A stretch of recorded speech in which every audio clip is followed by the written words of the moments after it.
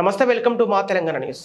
కేరళలోని వామపక్ష ప్రభుత్వం పట్ల కేంద్రంలోని మోడీ ప్రభుత్వ వివక్షతను వ్యతిరేకిస్తూ కొత్తగూడెం బస్టాండ్ సెంటర్లో అమరవీరుల స్తూపం సిపిఎం పార్టీ ఆధ్వర్యంలో నిరసన తెలిపారు.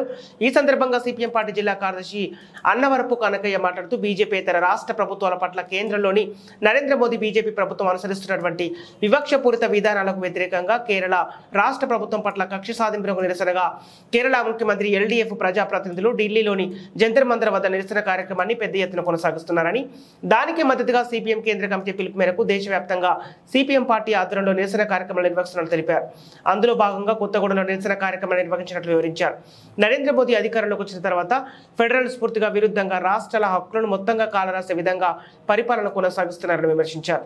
రాష్ట్రాలకు నిధులు ఇవ్వకుండా, రాష్ట్రాలు స్వతహాగా అప్పు చేసుకునే అవకాశం ఇవ్వకుండా, మరోవైపు గవర్నర్లతో డమ్మీ గవర్నమెంట్ నడుపుతూ ఎన్నికైన ప్రభుత్వాలను కూల్చివేస్తే కుట్రలను చేస్తూ ఆ దేశంలో ప్రజాస్వామ్యాన్ని హరించే విధంగా ప్రక్రియ దేశంలో కొనసాగుతుంది.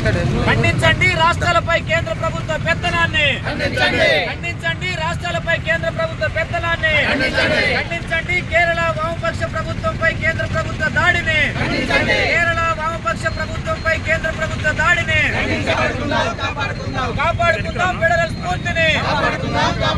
Save India, save India, Modi హటావో, మోడీ హటావో, మోడీ హటావో.